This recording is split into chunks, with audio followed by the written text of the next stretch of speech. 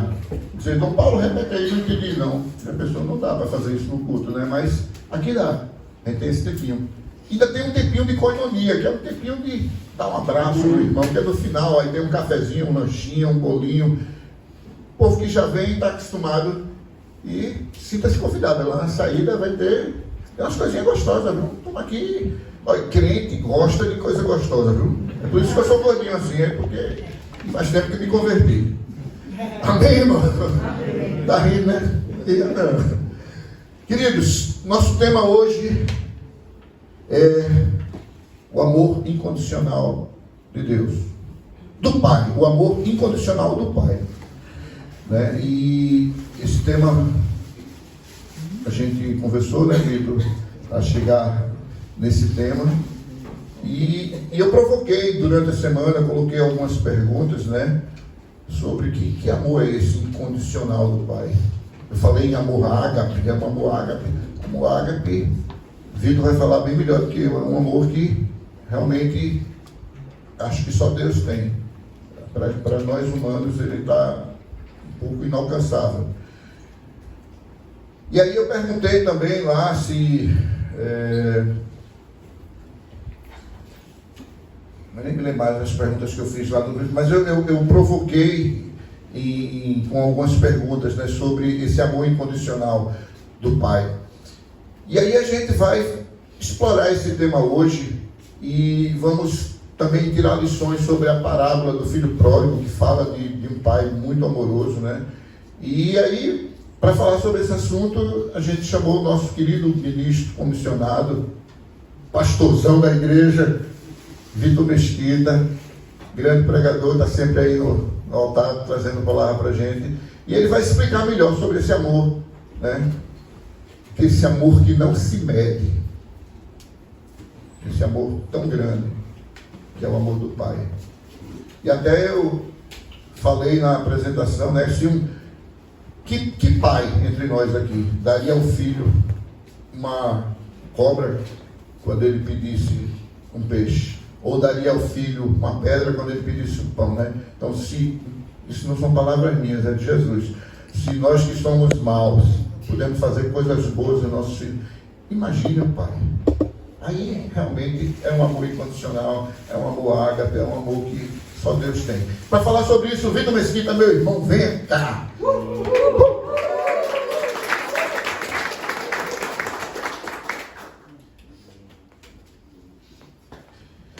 Prazer ter aqui mais uma vez, Vitor.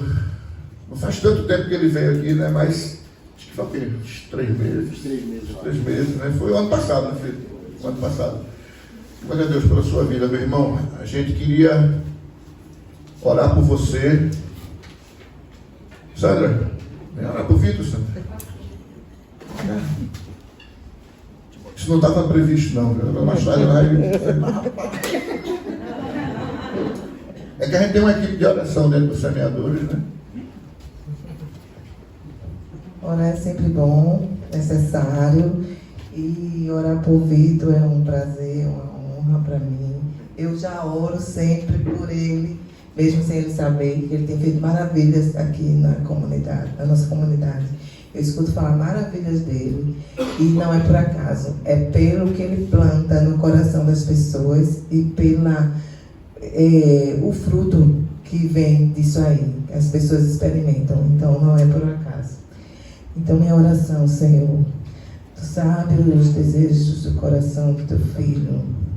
Quero Te agradecer por ele estar aqui, dando o seu eis-me aqui, Senhor. E quero Te pedir que cuide da vida dele, cuide da mente dele, cuide do coração dele. Que as palavras dele venham direto de Ti, Senhor. Que em nome de Jesus ela encontre solo fértil, continue encontrando solo fértil no coração daqueles que o Senhor direcionou até aqui. Tem tido muita chuva e tem gente que nem sabe que está chovendo, porque o Senhor tem preparado o terreno para cada um, para que eles tenham chegado até aqui. Aqueles que atenderam o Teu chamado, eu Te peço, Senhor, presenteia, Senhor, com a Tua palavra, com o Teu amor, com o Teu carinho, com o Teu cuidado. E usa o Teu filho, Senhor, como o Senhor tem usado, para transformar vidas. esteja com ele, abençoa a casa dele, os relacionamentos dele, a família, Senhor. Cuida dele, Senhor, porque ele está cuidando do rebanho que o Senhor tem direcionado até ele. Em nome de Jesus. Amém. Amém. Glória a Deus, querido Silvino. Bênção, queridos. Graça e a paz do nosso Senhor Jesus. Amém? Amém. Boa noite. Boa noite. Olha que bênção é estar aqui mais uma vez, a convite do nosso querido ministro. E vou retribuir, pastorzão. Não é não? É o pastorzão, não é? É, com certeza. Silvino, sua esposa orando aqui. Nada é por coincidência, nada é coincidência. Tudo é planejamento de Deus. A gente é que é surpreendido, né? Com os detalhes do que Deus faz. Quero agradecer pela oportunidade de estarmos juntos mais uma vez, Silvino, pelo convite. É sempre um prazer estar aqui com vocês. Peço que já abram de antemão a palavra de Deus no Evangelho de Lucas, no capítulo 15. O Evangelho de Lucas, no capítulo 15. Ah, sim, mas não apenas ela.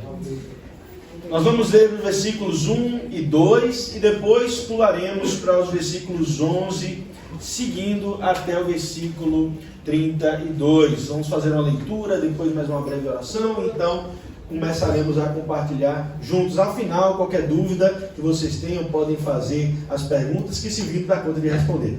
Tá bom? Não é não, Silvino? Lucas o quê? Lucas capítulo 15.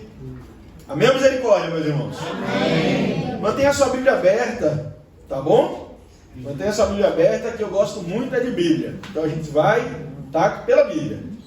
Ouça o aplicativo do celular da Bíblia também, não tem problema nenhum, mantenha aí aberto.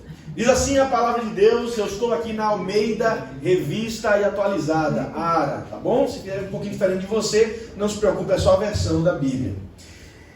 Diz assim a palavra do nosso Senhor Jesus: aproximavam-se de Jesus todos os publicanos e pecadores para ouvir, e murmuravam os fariseus e os escribas, dizendo: este recebe pecadores e come com eles. Na sequência, então, Jesus, que sabia de tudo o que estava acontecendo, propõe 3 parábolas. Dos versículos 3 ao 7, a parábola da ovelha perdida, em que ele fala sobre 100 ovelhas, e de repente uma delas se perde, 99 ficam no aprisco, e o pastor vai atrás daquela ovelha perdida, toma ela de volta, coloca sobre si, e se enche de alegria, de júbilo, chama os seus amigos e diz: nos alegremos porque encontrei a ovelha perdida. Aqui está o primeiro ponto. Veja que coisa confusa. Se eu tenho 100 reais e perco R$1, eu tenho 99. O que eu vou comprar? O que você compra com R$1 hoje em dia? Praticamente nada. Eu tenho 99 ovelhas, Silvino. Tinha 100, mas tem 99. Eu vou atrás daquela ovelha. E se as 99 se lascarem aqui? E aí? Não faz sentido. Mas ele vai atrás, e não apenas isso. Quando ele encontra, ele diz assim: pronto, encontrei um, agora tenho 100 de novo. Não, ele se alegra, se regozija. Depois ele propõe outra parábola dos versículos 8 a 10. Agora, se antes ele falou de 100 ovelhas, agora ele diminuiu a escala. São 10 dracmas, 10 moedas de valor. E essas 10 mulheres, a moça perde um dracma poderia ser o soldo de um dia de trabalho. Então, se ela tinha 10 moedas e perde uma, é dinheiro, mas ainda assim ela tem 9. Mas o que é que ele faz? Ele faz: quem de vocês, se perder 10 moedas, 10 dracmas, perder não, tendo 10 dracmas, perde uma, quem de vocês não vai preparar, arrumar a casa, organizar? Quem já perdeu dinheiro aqui sabe como é, não? Hoje em dia então, né, que tá faltando, não é não? Aí a gente fica, se bem que tudo é por Pix hoje, né? De repente a gente não perdeu, só gastou demais, né? Aí quando vê, já não tem mais naquela continha. Mas todo mundo procura. Ela também procurou. E quando ela encontra a dracma perdida, o que acontece? Ela chama suas amigas, suas vizinhas e comemora, se alegra. Preste atenção. Todo texto na Bíblia tem um contexto. Eu poderia apenas ler com vocês a parábola do filho pródigo e falar a respeito do amor incondicional do pai. Mas tudo tem um contexto. Nada que Jesus falava, por exemplo, era por acaso. Se você reparou bem no que a gente leu, logo nos versículos 1 e 2. Aproximaram-se de Jesus alguns publicanos e pecadores? Alguns? Não. Todos. Todos os pecadores. O que era o publicano? Era o coletor de impostos. Quem gosta aqui do leão? Tá chegando depois de renda, né? Lembrei você agora, né? Quem gosta? Vocês ficam animados para poder, né? Declarar o imposto para pagar lá. Todo mundo se anima com isso, não é não? Agora, preste atenção no que eu vou lhe dizer, meu irmão e minha irmã. Às vezes as pessoas chegam para mim e perguntam assim: ô Vitor, eu tenho que dar o dízimo sobre o valor líquido ou sobre o valor bruto? Vitor, o que eu faço? O dízimo é sobre o que eu ganho ou sobre o bônus que eu ganho também? O que é? Aí, ao invés de responder esse tipo de pergunta, eu peço assim: sonde seu coração. De onde vem esse seu questionamento? Porque preste atenção, Vitor, aí tem alguém que perguntou recentemente: se o governo tira de mim 30% do meu imposto, o meu dízimo então é sobre o que eu recebo no final, né? Eu disse: preste atenção, Jesus falou: dai a quem o que é de quem? Dai a o que é? Vamos mais forte? Não quero não falar não, né? Imposto de renda chegando aí, não quer? Dai a César o que é de César e ele disse: deem a César o que é de César. Ele disse: dai, eu, você. Então quem é que tem a obrigação de pagar um imposto? Eu não estou aqui falando se é justo, se é injusto, se é bem utilizado ou se não é. Eu estou falando que a ordem de Jesus foi: o que é do governo não é seu, é para você dar a responsabilidade de quem? Nossa. Então uma pergunta para responder é simples. Você ganhou, digamos, R$1.000, aí 300 é do governo. Então você vai tirar de 700 o dízimo? Preste atenção, você não ganhou 700. Você ganhou 1.000. Só que 300 é sua responsabilidade de passar para o governo. Aí agora você viu, eu peguei todo mundo, porque a história era do amor incondicional do pai e virou uma fala sobre o imposto de renda. Vê, mas preste atenção, tudo tem a ver com o coração. Às vezes as pessoas dizem: é 10% que eu tenho que dar. Meu irmão, o que a gente tinha que dar era 100%. O que é que você tem que Deus não tenha lhe dado? A sua apostadoria, aquela causa na justiça, o salário que você tem. O que é que você e eu temos que não tenha sido dado por Deus? Portanto, nós não temos nada, somos mordomos das coisas de Deus. E Ele só exige que a gente dê 10%. A 10ª parte. Essa é uma forma dele dizer: filho, eu não estou querendo para esse teu dinheiro não. Eu quero tratar o teu coração. Olha onde vocês estão. Vocês estão aqui numa sala com ar-condicionado, cadeira, um palestrante com o microfone na mão, Silvino aqui sempre à disposição, aqui um instrumento musical. Quem é que paga a conta? Dom Paulo gosta de brincar, né? E não são os anjinhos que pagam a conta não, né? Não é um anjinho que sopra o vento aqui não. Então a gente gosta de usufruir, mas a gente não quer fazer parte disso. Preste atenção onde está o meu e o seu coração. Porque quando a gente olha para esse texto, a gente vê: Jesus andava com publicano e pecador. Mas o publicano e o pecador estavam ali para quê? Para ouvir a Jesus. Mas quem é que estava murmurando? Os fariseus e os escribas. Quem eram os fariseus e os escribas? Era o que eles viram? Os doutores da lei. Fariseu e escriba, meu irmão, minha irmã, muitas vezes sou eu e você com a Bíblia debaixo do sovaco, arrotando santidade. A gente diz logo assim: é o mestre da lei, é o doutor da lei, é o teólogo, é o Dom Paulo, é o pastor. Sim, eram os líderes da época, mas também muitas vezes somos eu e você. Enquanto os ditos pecadores estavam lá para ouvir sobre Jesus, o que Jesus tinha para dizer, aqueles que se consideravam crentes, os que se consideravam melhor do que todos os outros, eles não estavam glorificando o que Jesus estava falando, eles não estavam prestando atenção no que Jesus estava dizendo, eles estavam murmurando, reclamando, apontando. E como é que eles murmuravam? Está aqui: este recebe pecadores e come com eles. Então eles consideravam que eles eram os crentes de verdade. Eles é que mereciam que, se houvesse um Messias ali no meio, o Messias estaria honrando eles, e não pecadores e publicanos. E não é assim que muitas vezes eu e você também agimos com Deus? Eu sou o merecedor, eu faço tudo direitinho. O outro não, o outro é pecador. E aí, enquanto isso, você murmura no seu coração, você reclama com Deus, nada é suficiente, tudo está ruim.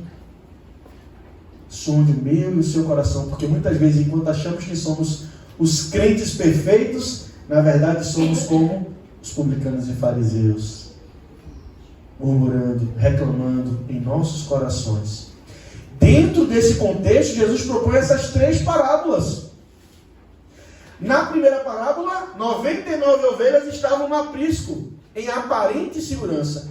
Na segunda parábola, 9 moedas estavam aparentemente guardadas.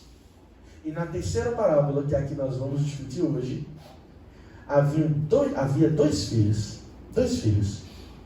E geralmente a gente diz que um deles é que se perdeu. Será? Vamos ver junto. Vamos fazer agora a leitura dos versículos 11 ao 32. Amém? Amém. Diz assim a palavra de Deus.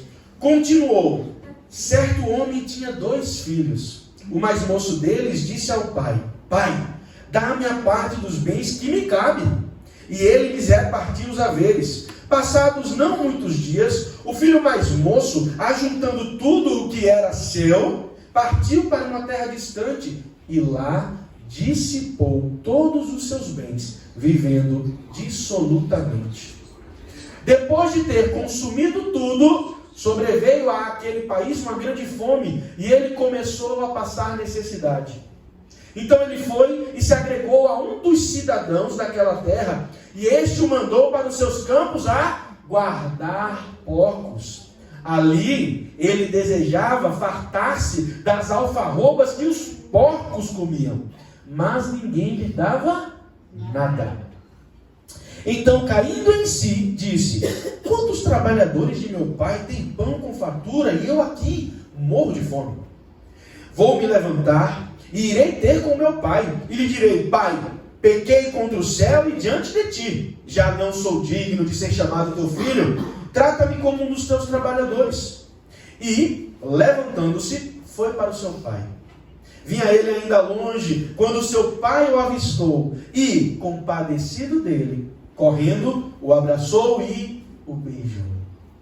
E o filho lhe disse: Pai, pequei contra o céu e diante de ti, já não sou digno de ser chamado teu filho. O pai, porém, disse aos seus servos: tragam depressa a melhor roupa, vistam ele, ponham nele um anel no dedo e sandálias nos pés. Tragam também e matem um novilho cevado, comamos e nos alegremos, porque este meu filho estava morto e reviveu, estava perdido e foi achado, e começaram a se alegrar. Ora, o filho mais velho estava no campo, e quando voltou, se aproximando da casa, ouviu a música e as danças. Chamou um dos criados e lhe perguntou: o que era aquilo? E ele informou: veio teu irmão, e o teu pai mandou matar o novilho cevado, porque o recuperou com saúde. Ele se indignou e não queria entrar. Saindo, porém, o pai procurava conciliá-lo.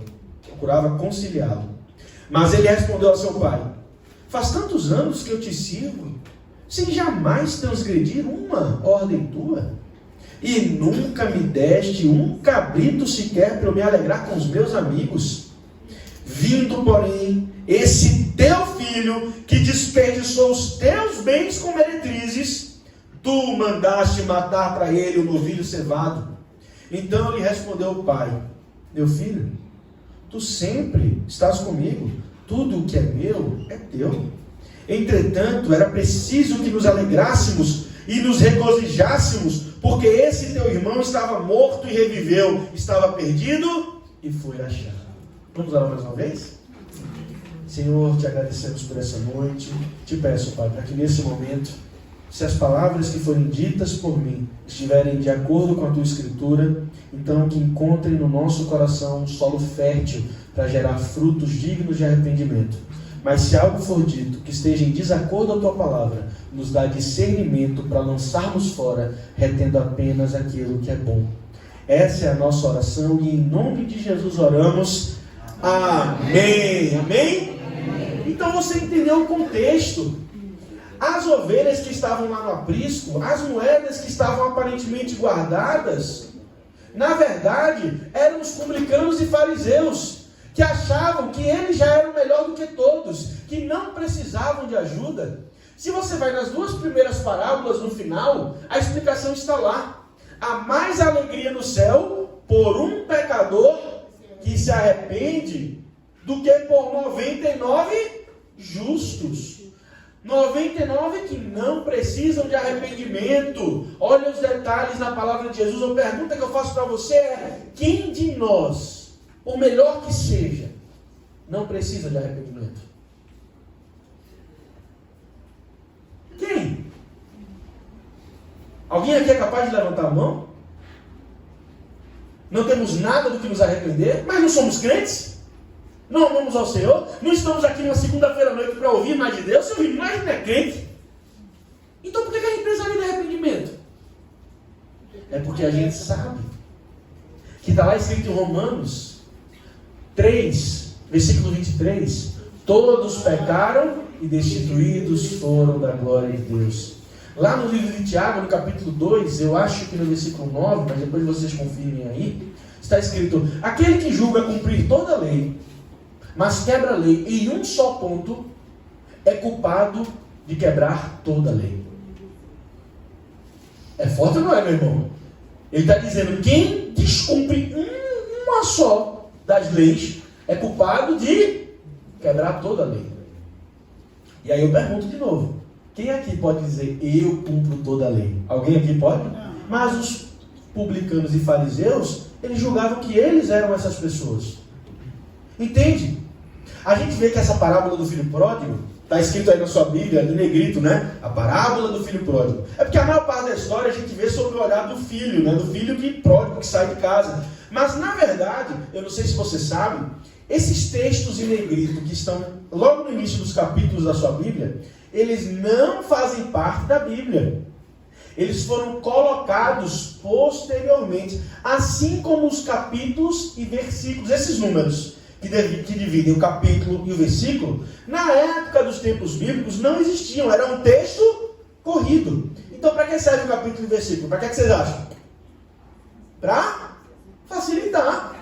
Senão a gente ia ter dificuldade. Vai na página 1200. Mas na Bíblia de uma página 1200 é uma coisa, na outra que tem a letrinha menor é outra coisa. Então, para facilitar, foram criados os capítulos e os versículos. Então, também, para facilitar, esses textos em negritos estão aí. Mas eles não são parte da Bíblia no original. Por que eu estou falando isso? Porque apesar de a gente conhecer como a parábola do filho pródigo, essa parábola, ela fala muito mais sobre o pai do que sobre os filhos. Na verdade, essa é a parábola do pai amoroso. Do amor incondicional, o tema do nosso encontro de hoje. Vocês vão ver juntos aqui comigo. Mas como eu disse, vamos passear pelo texto. Amém? Amém. Então vamos lá. Jesus continua propondo essa terceira parábola. Certo homem tinha 2 filhos. O mais moço deles disse ao pai: pai, dá-me a parte dos bens que me cabe. O que é que ele estava pedindo para o pai? Herança se dá para quem? Para quem? Herança se dá para quem? Não, minha herança se dá para quem ficou, né? Não vai dar herança para quem morreu. Hoje, vai lá no centro espírita, vai trazer ele de volta, vai dar herança para o morto. Dessa vida nada se leva, né? Pessoal, uma pegadinha. Herança se dá para quem fica. Mas eu só tenho direito à herança quando a pessoa morre. Naquela época, era da mesma forma. Agora, preste atenção na preciosidade dessa parábola. Quando Jesus está dizendo que um filho chega para o pai, e ele diz: pai, me dê a herança. O filho está querendo dizer para o pai o seguinte: papai, você para mim morreu. Para mim você está morto. Porque eu prefiro o que você tem do que o que você é. Agora preste atenção. Esse pai e esses filhos, eles, nessa parábola, eles tinham posses ou não tinham? Tinham, porque diz aí que o pai tinha trabalhadores, tinha novilho, tinha anel, então era uma família abastada, né? O que significa isso então, meu irmão? Presta atenção nos detalhes. O menino era o que a gente diria hoje em dia? Um playboy. Os dois eram playboys. Ou se fossem meninas patricias, tinham tudo. tinha um pai amoroso, zeloso, cuidadoso, tinha o que comer, tinha roupa na cama, roupa para vestir. Só que de repente, o mais moço diz ao pai: pai, me dê a parte dos bens que me cabem. O que significa então, em algum momento, esse rapaz teve insatisfação no seu coração. Você sabe qual é a raiz da insatisfação? A ingratidão. É quando você olha para a sua vida e você, que orou tanto para ter o que você tem, de repente reclama porque não é igual ao do outro. Você está andando, veja, eu não tenho carro, eu tenho 33 anos, eu ainda não tenho um carro. Não tenho carro, nunca comprei um carro. Quer dizer, já tive um carro, mas nem era comprado. Eu tenho amigos que desde os 17 têm carro. Mas a primeira coisa que alguns desses amigos falaram é: meu carro é ruim. Meu carro não é igual ao do fulano, o do ciclano. E veja se não é assim na vida. A gente está andando a pé e olha para o ônibus e diz: eu queria ter passagem para andar de ônibus, que é melhor do que andar a pé. Aí quando você está no ônibus, você olha para o camarada que está na bicicleta e diz: oxe, eu queria estar numa bicicleta dessa massa, porque eu não estava aqui enfurnado desse ônibus, eu queria ter a bicicleta. Mas quando você tem a bicicleta, você olha para onde? O cara da moto. Né? Você vai falar: mas eu queria ter uma moto. A moto eu não queria ter. E quando você tem moto? Aí você queria ter um carro. E quando você tem carro? Aí você queria ter um carro maior, um carro melhor. Você sonha a sua vida para ter um apartamento. De repente Deus te dá um apartamento e logo você nota que ele não tem piscina. Ou se ele não tem piscina, é que ele só tem 2 quartos. E se ele não tem 2 quartos, é que eles têm tantos metros quadrados. E de repente, subitamente, o que você tem já não é suficiente. O que é isso? É a raiz da ingratidão. É quando eu e você olhamos para a nossa vida e começamos a achar que tudo está ruim. E aí às vezes algumas pessoas chegam para mim e falam: Vitor, por que Deus permitiu que isso acontecesse comigo? Ele é o culpado disso ter acontecido comigo. Eu preguei recentemente sobre isso. E eu disse assim para essas pessoas. Recentemente eu tive a oportunidade de responder assim para uma dessas pessoas: é verdade, Deus é o culpado de muita coisa, inclusive de você ter acordado hoje. Ele é o culpado disso. Sabe por quê? Porque se merecesse, fosse pelo que eu mereço e você merece, a gente não deveria ter mais nem um dia, porque eu e você somos pecadores. Ele é culpado. Vamos reclamar com ele porque a gente acordou mais um dia? Não, né?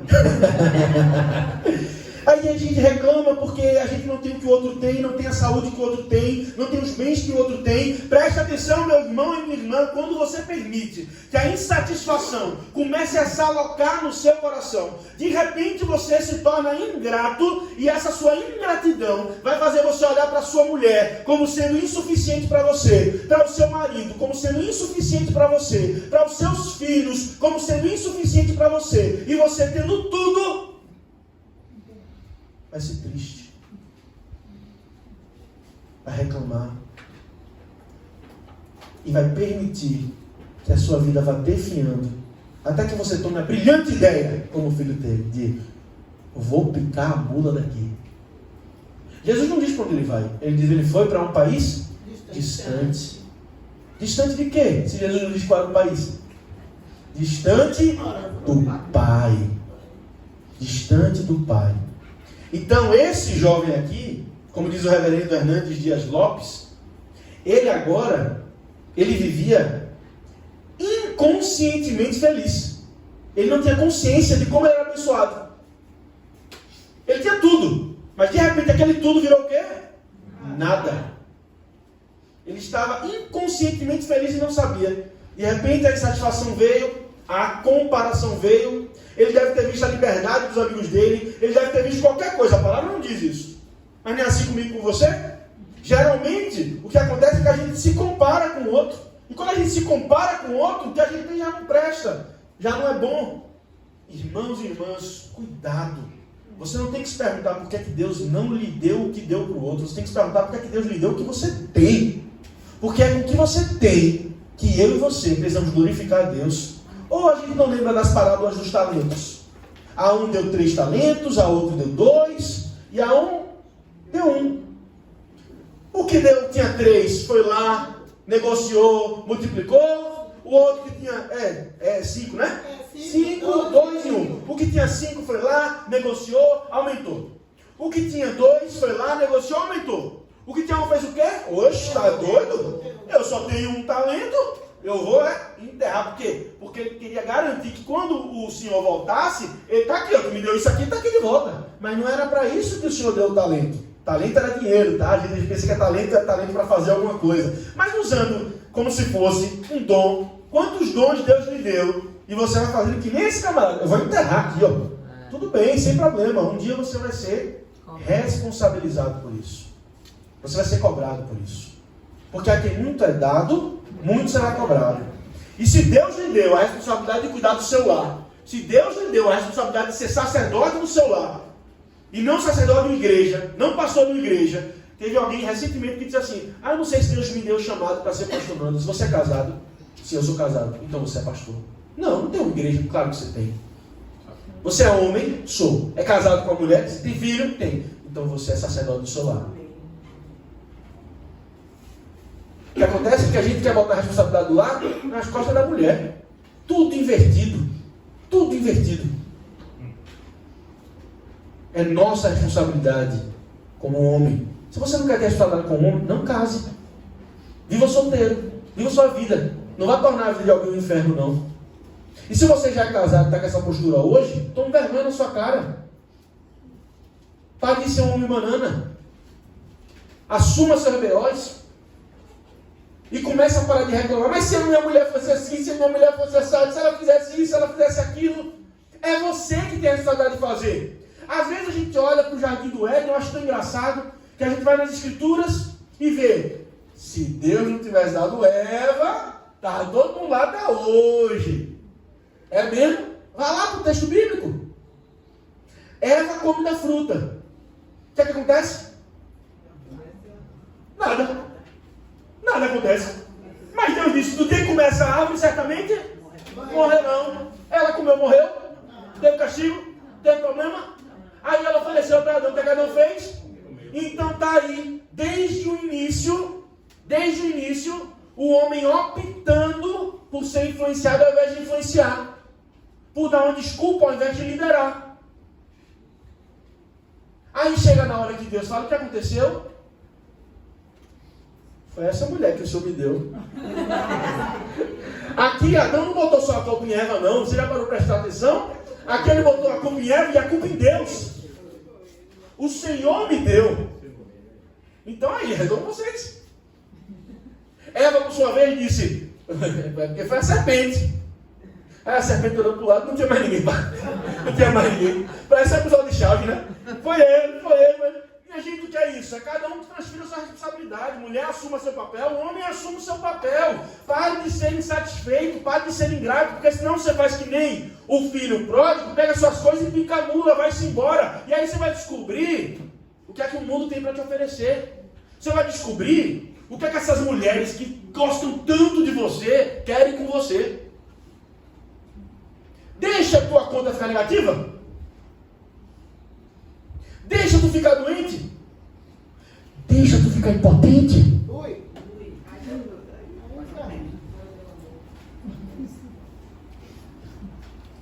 Fala, papai, né? E o filho mata o pai no coração. Olha onde leva. Quando a gente deixa a raiz da insatisfação, a gente mata a nossa família. A gente abandona a nossa família. A gente larga tudo para viver as nossas emoções. Eu vi um filme recentemente em que uma mulher chorando, aí tinha uma amiga dela perguntando sobre como foi quando essa mulher tinha abandonado, tinha sumido na verdade por 2 anos. Como foi isso? Aí a mulher disse assim: eu abandonei por 2 anos meu marido e meus filhos. Aí a mulher olhou assim e fez: como foi para você isso? Como foi? Foi muito triste. Aí ela chorando disse assim: foi ótimo. Foi ótimo, foi maravilhoso. No filme, ela estava triste porque ela sabia que, na verdade, diferente do que os outros pensavam, achando que tinha sido péssimo, ela sabia que ela tinha gostado, ela tinha achado maravilhoso. Mas por quê? Porque é fácil abandonar a nossa responsabilidade. É fácil a gente viver como se não houvesse amanhã. esquecendo. Por que a gente passa por essas boates? Passa por qualquer boate, 4, 5 da manhã aqui em Recife. Qualquer uma. Você vai ver 4, 5 da manhã, jovens na calçada, jovens vomitando, com a cara de... Só que se você voltar algumas horas atrás, nessa mesma boate, esse jovem que está ali vomitando, com a cara triste, lá, há 3, 4 horas atrás, fala assim, ó, tomando todas, alegre, muito bom. Você sai, adultera, passa a noite, que maravilha, se sente um grande homem, viril, pegou uma, pegou duas, que maravilha, novinhas. Você, mulher, deixa ser flertada ali no trabalho, deixa o cara fazer os comentários, você gosta, você acha maravilhoso. Vá, durma, veja o que é que lhe resta pela manhã. A gente tem na Bíblia um dos maiores exemplos, Salomão. Ele teve tudo que eu e você lutamos para ter na nossa vida. Às vezes a gente não entende porque certas histórias estão na Bíblia. Salomão, ele teve todo o emprego que ele quis, todo o poder que um homem podia ter, todas as mulheres que ele podia ter, todas, 300 esposas, 700 concubinas, ou era o contrário. Mulher para Dedéu, como é que ele dava conta? Eu não sei, Silvio. Porque uma só dá tanto trabalho. Como é isso? E aí alguém olha e diz assim, ó, esse homem aqui viveu 1000 mulheres, era loira, morena, ruiva, assim, assado, maguinha, gordinha, tudo. Qual foi a conclusão dele? É tudo como correr atrás do vento, tudo é vaidade, presta atenção, tá a dica ali já. Ele teve tudo que eu e você lutamos, tudo. Eu lembro de uma decúria, que é uma reunião que tem pós-concílio, que um rapaz, um senhor que fez o concílio, ele pediu para a primeira reunião ser na casa dele, cobertura de Boa Viagem, da praia de Boa Viagem. Subindo lá o pessoal, apartamento lindo, ele nem sabia que existia apartamento tão grande assim. Olha para a janela, frente ao mar, um negócio feio, um monte de barra de ferro. Estava destoando no ambiente. Esse então rapaz aqui da igreja diz assim, vocês sabem o que são essas barras de ferro? Isso aí foram os meus funcionários que me obrigaram a botar para não pular daqui. Beira-mar de Boa Viagem. Às vezes o meu sonho e o seu é chegar lá. Aí o que acontece? Você chega lá e descobre que lá não é nada. Por quê? Vaidade. Por quê? Olha só o filho pródigo, o que a gente tem. Eu não estou dizendo para você viver uma vida medíocre, não. Eu não estou dizendo que você não tem que lutar pelo que você quer, não. Muito pelo contrário, Paulo diz, aquele que quer comer, trabalhe, mas se não quer trabalhar, também não coma.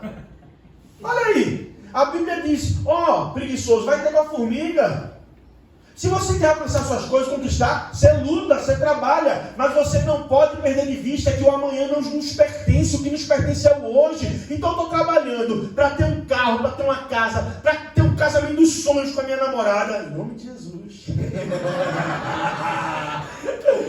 Amém. Só que a verdade é que pode ser que amanhã Deus tenha preparado para me guardar.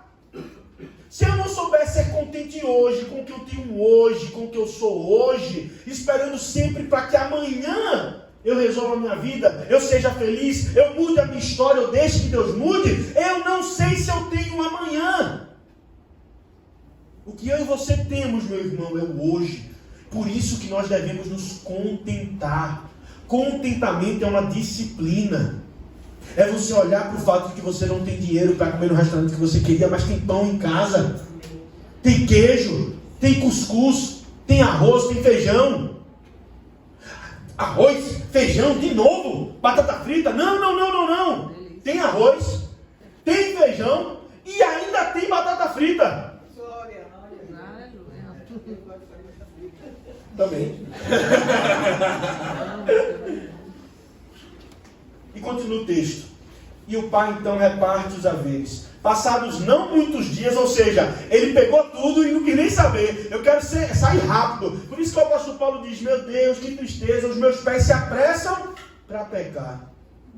Não é o que ele diz lá em Romanos? O mal que eu não quero, esse é o que eu faço. O bem que eu quero, esse eu não faço. Ali, não é o apóstolo Paulo dizendo, eu sou pecador, vou pecar mesmo. Ali é um desabafo, ali é um grito de um homem, que depois ele conclui, miserável homem que eu eu sou, que bom que eu tenho Cristo, que bom que nós temos o Espírito Santo para frear a nossa ingratidão, para frear o nosso instinto pecador e nos colocar no caminho de santidade diante de Deus.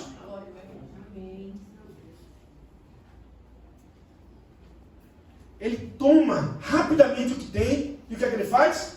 Ajuntando tudo que era seu, não era para ser seu, mas agora era.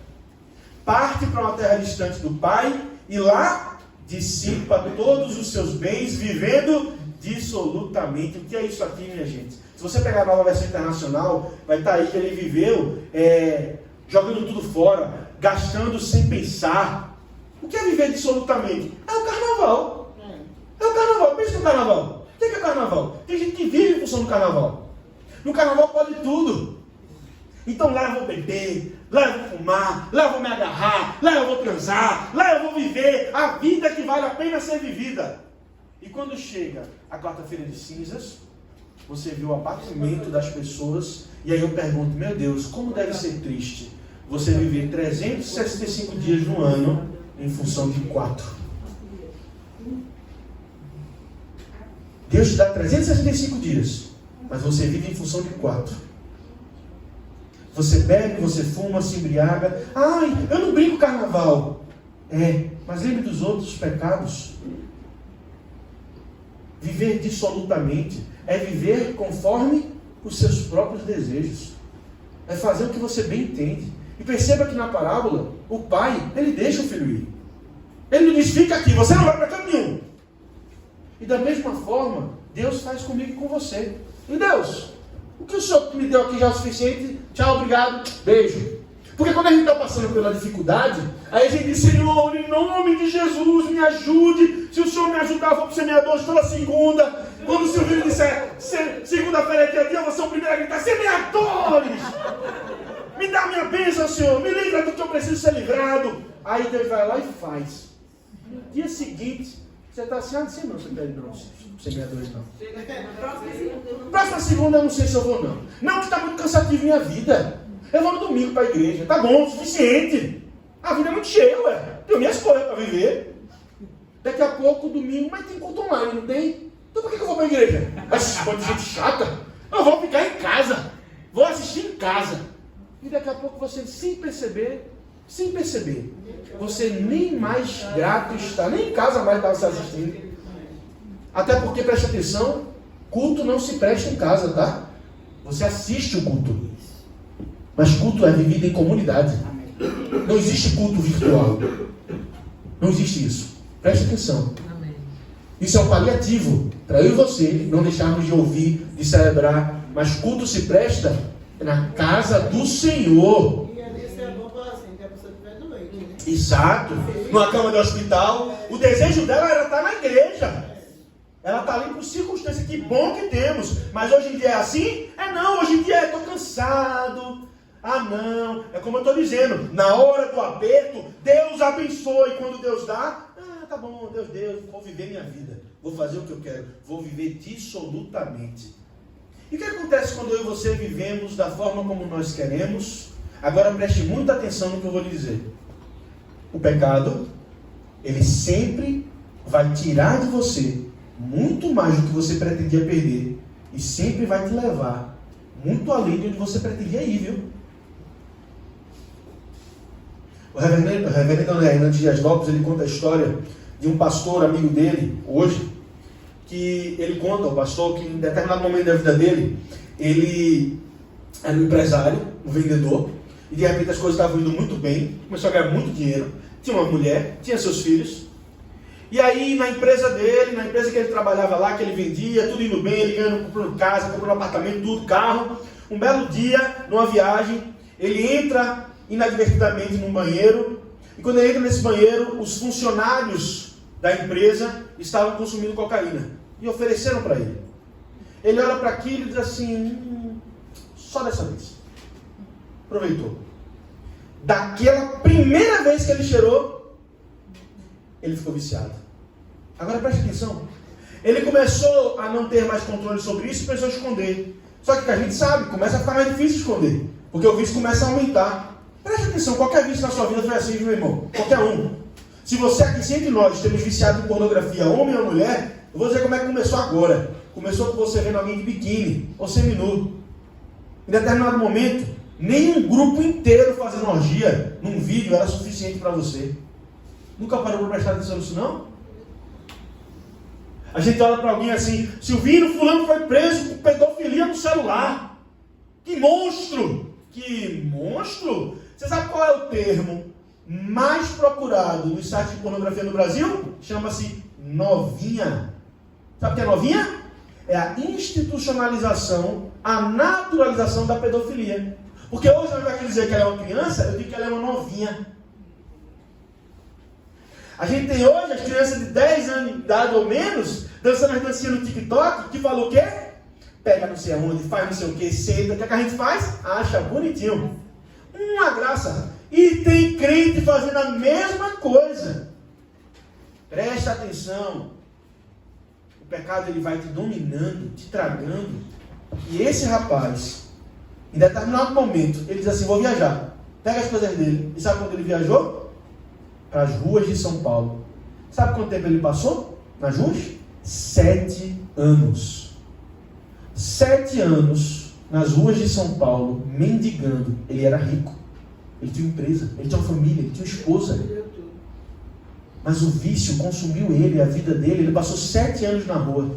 Até que um dia, pela graça e a misericórdia de Deus, uma irmã, sabe de uma... Essas irmãzinhas do coque, sabe de uma reunião lá na madrugada, olhou para ele, que já estava todo mequetrefe, todo sujo, sem tomar banho. Ela olhou para ele e fez assim, presta atenção, meu irmão. Se você não morreu ainda, é porque Deus tem um propósito na sua vida. Nesse mesmo dia que essa mulher falou isso para ele, e ele lembrou da casa dele, uma das filhas dele, que nunca tinha desistido, reconheceu ele na rua, viu ele mendigando, todo barbudo, era outra pessoa, mas ela olhou direitinho, viu que era o pai, corre atrás do pai, dá um grito, um berro, abraça ele. E hoje, onde esse rapaz ficava durante 7 anos, era numa igreja, fora de uma igrejinha, mendigando ali. E hoje ele é pastor dessa igreja. A família dele foi restituída. Deus é bom, Deus é maravilhoso. Mas sabe qual é o problema? É para cada história dessa que teve um final feliz, tem outras 20 que a pessoa morreu antes de chegar lá. Você vai pagar para ver até quando? Vai perder a sua esposa, vai perder os seus filhos, vai perder a sua dignidade, porque você insiste em ligar. O pecado é mais forte do que eu, Silvino. É mais forte do que eu. E daí, meu irmão, você tem um Deus que é mais forte do que tudo. Um pai que é amoroso, que quer cuidar de você e transformar a sua vida. Mas você insiste que o prazer é melhor do que a graça. Você insiste que o imediatismo é melhor do que a sua vida. E aí, Deus vai deixar. Faça, meu filho. Você não quer fazer? Faça. Agora veja, olha a consequência. Depois de ter consumido tudo, versículo 14, ele perdeu tudo. Perdeu tudo que tinha. Porque quando a gente vive apenas para nós mesmos, nós perdemos muito rapidamente tudo que a gente tem. Porque você só está vivendo para si mesmo. Você não cuida de ninguém. Eu conheço gente que paga a conta, cuida dos filhos, paga escola, um monte de conta e sempre tem dinheiro no bolso. Dá seu dízimo, ganha 2 mil, 3 mil reais. Enquanto tem gente que ganha 15 mil reais, tem gente aqui que ganha 10 mil reais, 15 mil reais, ou que está olhando esse valor e diz assim, isso é nada, 15 mil reais, e está sempre endividado, está sempre com o nome pendurado, nunca tem dinheiro para nada. Que é isso, meu irmão? É você que não está deixando o devorador fechar a boca. Sabe o que é o devorador? É Satanás, é? É tu, vivendo dissolutamente, vivendo apenas para si. O pecado no nosso coração é um saco sem fundo, sempre vai desejar mais. E ele começou a passar necessidade. Então ele foi e se agregou a um dos cidadãos. Quando ele vivia dissolutamente, quem vocês acham que estava com ele? O irmão disse, prostitutas, meretrizes, os amigos. Claro. Ô mano, estamos juntos aqui, paga uma rodada. Aí tu paga uma rodada, 2, tá lá, divertido, é todo você é o cara. Mas quando você perde tudo que você tem, quem lhe sobra? Só Deus.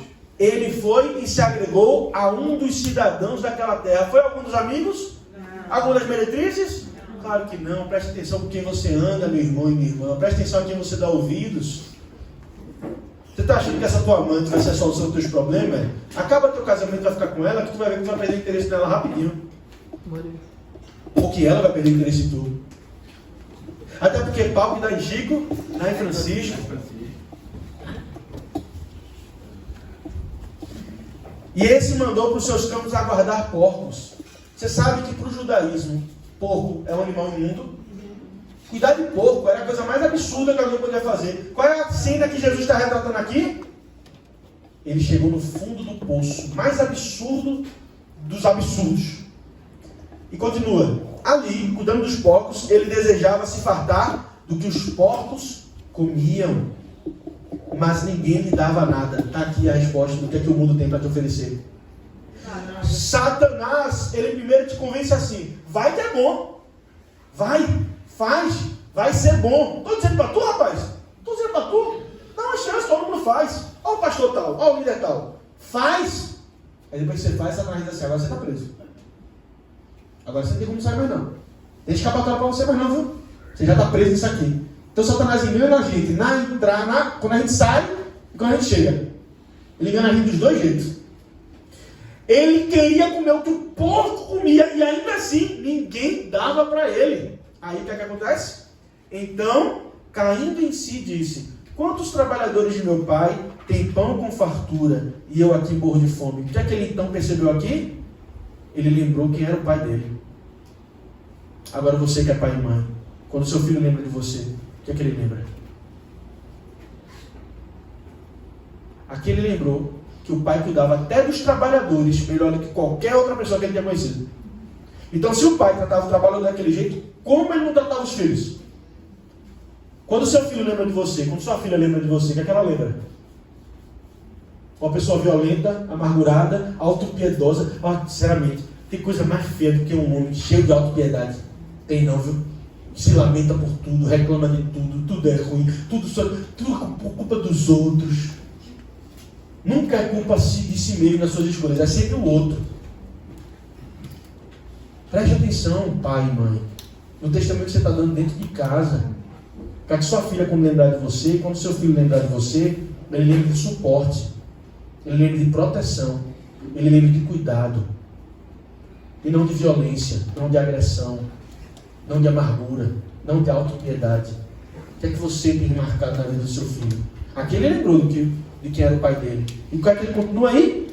Levantar-me-ei, versículo 18, e irei ter com meu pai. Ou seja, ele agora toma uma decisão, né? Ele olha para o cenário e ele toma uma decisão: eu vou me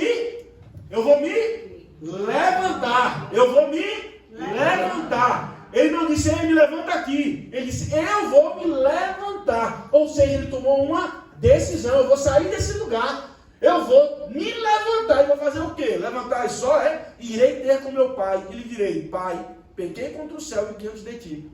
O que ele está fazendo aqui? Está ensaiando um discurso. Você já teve um momento, uma conversa, você sabia que ia ser difícil, e você ficava na sua cabeça imaginando como é que seria essa conversa? Já? Não é não? Maridão quando faz uma besteira com a mulher, né? Ou a mulher quando faz uma besteira com o marido, aí fica assim: eu vou falar isso e aquilo. É isso que ele está fazendo aqui. Ele está imaginando qual vai ser o discurso para o pai. Agora preste atenção nas palavras dele: pai, pequei contra o céu e diante de ti. O que é isso? Reconhecimento, confissão de pecado. Para você alcançar misericórdia, você tem que se arrepender, viu? Sem arrependimento não tem misericórdia. Já não sou digno de ser chamado teu filho. Tá certo. O pecador, ele sabe que ele não é digno da misericórdia de Deus. Já não sou digno. Aqui a gente vê um arrependimento genuíno. O discurso que ele está montando é: confesso o meu pecado, reconheço quem eu sou e quem tu és o meu pai, e eu te matei no meu coração, mesmo o Senhor sendo bom. E agora eu venho para ser um servo teu. Então ele primeiro confessa o pecado, depois ele, além de confessar o pecado, ele reconhece quem ele é. O que é que ele diz ainda? Trata-me como um dos teus trabalhadores. Humildade. Eu disse: pai, eu não quero voltar a sofrer, eu sei o que eu fiz, viu? Eu sei o que eu fiz, pai. Só o seu trabalhador do Senhor já está suficiente. Porque o Senhor cuida melhor do seu trabalhador do que qualquer pessoa que eu conheça aqui cuida dos seus próprios filhos. Isso é bom. Vai para o texto. E levantando-se foi para o seu pai. Primeiro ele toma a decisão de sair do seu lugar. E agora ele efetivamente sai. Então não é só você decidir, não, meu irmão e minha irmã. É você ir. É você fazer. É você parar de apenas deixar. Um dia eu serei mais crente. Um dia eu vou dar o meu dízimo. Um dia eu serei o melhor pai. Um dia eu serei a melhor mãe. Você não sabe se esse dia chegará. Aliás, deixa eu dizer uma coisa. Esse dia já chegou. É hoje. É aqui e agora. Não fique só pensando, eu devia ler mais a Bíblia. Eu devia orar mais. Meu irmão, faça o que você já decidiu que é importante para a sua vida. Abandone o que Deus já lhe disse para abandonar. E cuide de quem já lhe disse para cuidar. Levantando-se foi para o seu pai. Vinha ele ainda longe quando seu pai o avistou e, compadecido dele, correndo, o abraçou e o beijou. O pai, veja só, minha gente, o pai podia com toda a razão dizer: esse meu filho pegou parte que eu tinha aqui, que eu tinha para negociar, que eu tinha para fazer meus investimentos, levou, está voltando a animar o trapilho, eu vou dar uma cambada e pisa nele. É isso que ele merece. Olha, servo, vá lá ver quem é ele, vá lá falar com ele. Mas não é isso que acontece. O pai, ele vai na direção, ele não foi de qualquer jeito. Como é que Jesus diz? Ele correu. De jeito nenhum naquela época o patriarca corria por canto nenhum, minha gente. O patriarca não corria, não. A gente é que pensa que é normal, correu, né? Caminhou. Isso aqui é uma simbologia muito forte. O pai tendo sido humilhado pelo filho, vê, é a imagem do poste mijando no cachorro. É essa imagem aqui que aconteceu, o poste mijou no cachorro. Mas o pai correu em direção para o filho. Ele não estava nem aí porque os outros iam pensar. Porque todo mundo devia saber ao redor. Aquele é o filho. Mala. Aquele é o filho que humilhou aquele pai, que matou no coração. O pai não estava nem aí para isso. Ele foi porque ele se compadeceu do filho. Por isso que eu digo que a parábola é sobre o pai e não sobre os filhos. E ó, aí ele vai. E o filho lhe disse, versículo 21. Olha o discurso que ele preparou. Lembra o discurso que ele preparou na cabeça dele? Sim. Pai, pequei contra o céu e diante de ti. Já não sou digno de ser chamado teu filho. Se você voltar para o versículo 18 e 19, você vai ver que o discurso não acaba aí. O discurso não acabava aí, o que ele treinou. Ele diz: Pai, pequei contra o céu e diante de ti, já não sou digno de ser chamado teu filho. Trata-me como um dos teus trabalhadores. O discurso era esse. Quando ele estava falando no meio do discurso, não deu tempo. O pai interrompeu o discurso dele. Ele disse: cala a tua boca, meu. Cala a tua boca. O pai, porém, disse aos seus servos: traga depressa não qualquer roupa, a melhor roupa. Vista, põe nele um anel no dedo e as sandálias nos pés. A roupa, para dizer: filho, você tem dignidade. O anel, para lembrar: filho, você ainda é meu herdeiro. E a sandália, para dizer: filho, você não é um escravo. Porque naquele tempo que andava descalço, era um escravo. Ali foi para lembrar com tudo que tinha direito: filho, você é o meu filho. Nem fale mais nada. E mais do que isso, tragam também e matem um novilho cevado, comamos e nos alegremos, porque o meu filho estava morto e reviveu, perdido foi achado, e começaram a regozijar-se. Aí vem o segundo filho, que geralmente a gente pensa que a gente é muito bom. Às vezes a gente pensa: esse era um filho bom, mas ele não enxergava que o outro precisava. A gente pensa que o outro é que era ruim e esse é que era bom. Será? Olha só. Ora, o filho mais velho estivera no campo e quando voltou, se aproximando da casa, ouviu a música e as danças. Chamou um dos criados e perguntou: o que é isso? Ele informou: teu irmão veio, teu pai mandou matar o novilho cevado. O novilho cevado era o novilho mais importante. Você só matava ele nas festas principais, porque o recuperou com saúde. Ele se indignou. O que é indignar-se? O que é se indignar? É se revoltar. É você dizer: isso é injusto. E por que é injusto? Não queria entrar, ele não queria celebrar. Eu não vou celebrar isso não, está sendo injusto. Aí o pai procura conciliar ele, mas ele responde ao pai: há tanto tempo eu te sirvo sem jamais transgredir uma ordem tua, nunca me deste um cabrito. Um filho saiu para se perder. O outro estava perdido dentro de casa. Um filho saiu para se perder. O outro estava perdido do lado do pai. Por quê? Porque ele não estava fazendo para o pai porque ele era o pai. Ele não estava fazendo para o pai porque ele era o filho. Ele não estava fazendo para o pai porque era assim que tinha que ser. Ele estava fazendo porque ele julgava que ele merecia receber por aquilo que ele estava fazendo. Nunca me deste um só novilho e para esse teu filho cevado. Aí nota aqui. Nunca me deste, vindo porém esse teu filho. Ora, não é irmão dele, não é? Hã? O que é isso? É aquele publicano e fariseu. Naquele momento ele disse, olha, ele pode até ser teu filho, mas não é meu irmão não, viu? Para mim ele morreu no coração, porque ele pecou. Porque você diz, vindo meu irmão, o senhor dá isso? Ele disse, não, vindo esse teu filho, porque para mim ele morreu. Esse camarada dentro de casa era tão pecador e perdido quanto aquele que saiu. Esse era o publicano e o fariseu. Esse sou eu e você, meu irmão. Que julgamos muitas vezes que estamos aqui, vivendo as coisas de Deus, fazendo as coisas de Deus, pregando para a glória de Deus, louvando, mas no coração a gente está maquinando. Cadê o que eu mereço, Deus? Cadê? Cadê o que eu preciso? Cadê?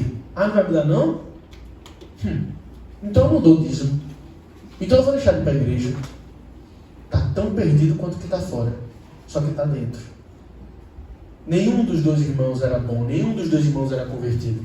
Só que um julgava que não tinha pecado. O outro sabia que tinha pecado e se arrependeu. Eu e você precisamos deixar o Espírito Santo nos convencer do pecado, da justiça e do juízo. Para a gente entender que às vezes a gente está do ladinho de Deus e não está aproveitando nada. O Pai continua.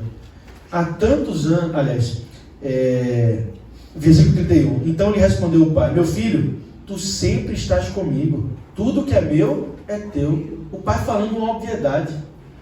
Tudo que é meu é teu. Isso é Deus dizendo para mim e para você hoje. Ei, você acha que você não tem nada? Você acha que você tem o suficiente? Não. Você só tem. A palavra de Deus diz que Cristo é o que é nosso? Tesouro. Nós somos herdeiros dele. O que é que você acha que você merece mais do que isso? O que é que pode ser melhor para você do que isso? Do que a salvação comprada na cruz. Mas aquele carro é melhor do que essa tua salvação? Aquela mulher que tu quer, aquele homem que tu quer é melhor do que a tua salvação? O apartamento maior é melhor do que a tua salvação? Mas nós somos herdeiros de Cristo. Herdeiros do reino, minha gente. Temos muito pelo que nos alegrar. Mas vivemos em murmuração. E o Pai está lembrando. Tu sempre estás comigo, tudo que é meu é teu. Entretanto, era preciso que nos regozijássemos e nos alegrássemos, porque esse teu irmão estava morto e reviveu, estava perdido e foi achado. Meu irmão e minha irmã, se você vive uma vida em santidade, retidão, está fazendo o que agrada a Deus, glória a Deus por sua vida, mas nunca perca de vista que o meu chamado e o seu chamado é para ir atrás dos irmãos perdidos e não para ir julgar e afastar os irmãos que se perdem. O amor do Pai aqui, esse amor incondicional. O que é a palavra incondicional?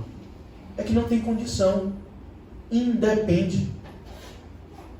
No namoro, a gente vai se perguntando, será que essa pessoa me ama? Aí a outra vai se perguntando, será que essa pessoa me ama? A gente fica nessa dúvida, né?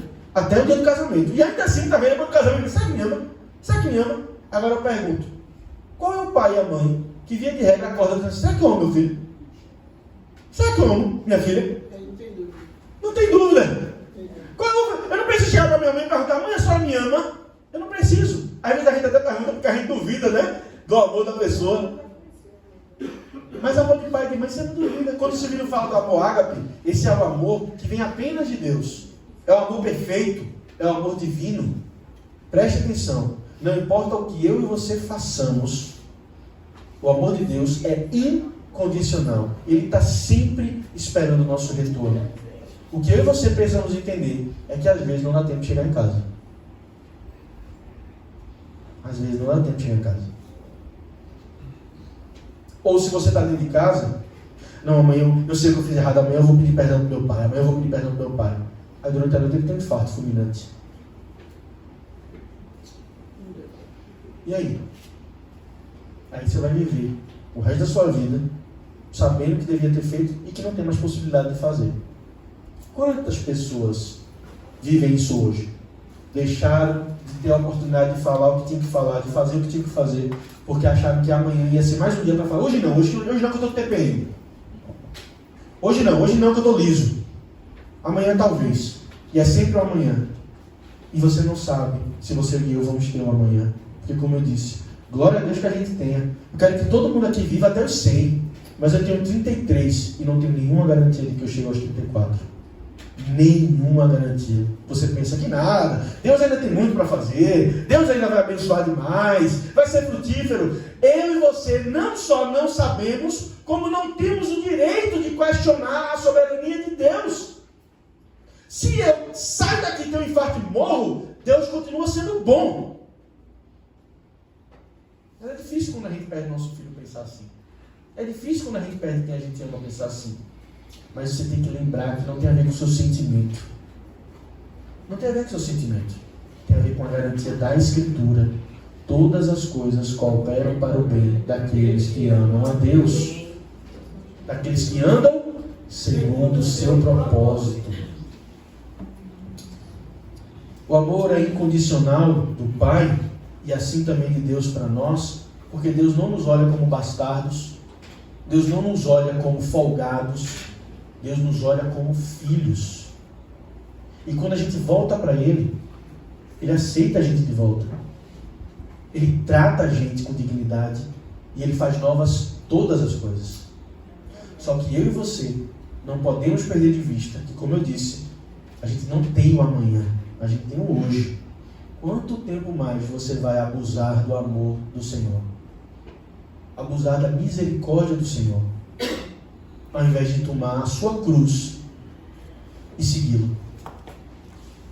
Tomar a sua cruz é você entender, foi essa esposa que Deus me deu, foi esse marido que Deus me deu, eu vou honrá-lo, eu vou cuidá-lo, não é outro que Deus tem para me dar. Tomar a sua cruz é dizer, eu estou aqui nessa condição de saúde, outras pessoas não estão, mas eu estou. E nessa minha condição de saúde, eu vou viver para a glória de Deus. Nick Vujicic, ele é um palestrante motivacional, que não tem as duas pernas, nem os dois braços, nem as mãos, obviamente. Nick Vujicic, ele literalmente tem a cabeça e o tronco. E aí ele dá várias palestras motivacionais no mundo. E aí numa dessas gravada ele diz, eu acho engraçado porque vocês perguntam assim, se você pudesse pedir para Deus para ter braço e perna, você pediria? Óbvio que eu pediria. Ele dizia assim, eu queria ter perna para poder andar de bicicleta e quebrar minha perna. Mas sabe o que é interessante? É que eu olho para vocês, aí tem um monte de jovem na plateia, eu olho para vocês com saúde plena, 2 braços e 2 pernas, e estão infelizes na própria vida, enquanto eu estou plenamente satisfeito com a minha. O que é isso? O que é que faz o apóstolo Paulo dizer em Filipenses capítulo 4? Tudo posso naquele que me fortalece, se ele estava preso numa prisão. O que faz o crente dizer tudo eu posso naquele que me fortalece? O que tudo é esse? O que Paulo estava querendo dizer? Tudo eu posso naquele que me fortalece, é porque Paulo sabia que o ministério dele era pregar a palavra do Senhor, era espalhar o evangelho. Não tinha um só guarda na prisão que não ouvia o evangelho do Senhor e não se convertia com as palavras de Paulo, porque Paulo independia se ele estava num grande lugar onde várias pessoas escutavam ou na escuridão de uma prisão. Ele sabia que o papel dele era pregar a palavra do Senhor, e ele fazia isso diligentemente. Por isso que eu digo, não importa quanto tempo mais eu tenha para pregar, não importa quanto tempo mais eu tenha para falar a palavra de Deus, eu vou fazer isso diligentemente. Se tiver uma pessoa nesse banco, e se tiver 1000 pessoas como na Catedral da Trindade, esse é o nosso papel. Você foi chamado para ir e pregar o evangelho do Senhor. Tudo você pode naquele que lhe fortalece, porque você não depende das circunstâncias, você só depende do seu Pai. Deus é o seu Pai, meu irmão e irmã. Deus é o meu Pai. O amor dele é incondicional. Não importa se você está sem dinheiro para fechar a conta do mês. Não importa se o seu carro quebrou. Não importa se o casamento está com problema. Não importa. Ainda assim, tudo isso tem jeito se você ajoelhar os seus joelhos, se render e dizer: Pai, eu não consigo por mim mesmo, eu entrego a Ti. Faz o que te agrada, você vai ver o que Deus é capaz de fazer numa vida destruída.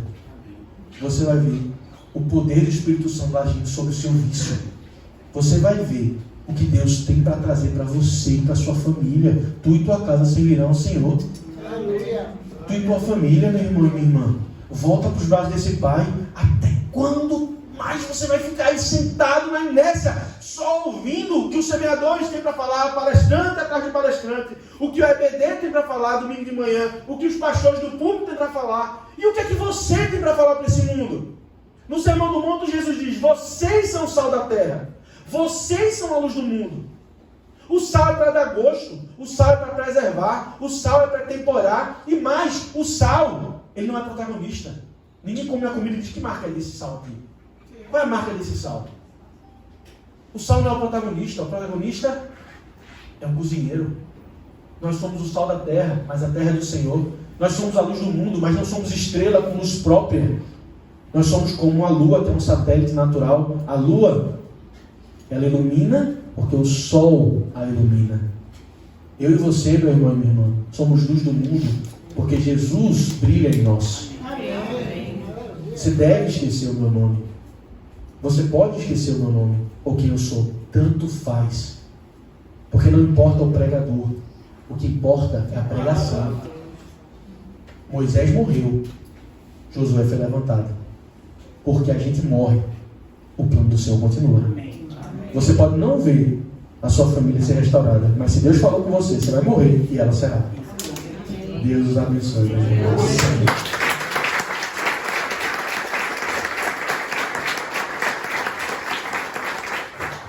Bênção. Eita glória.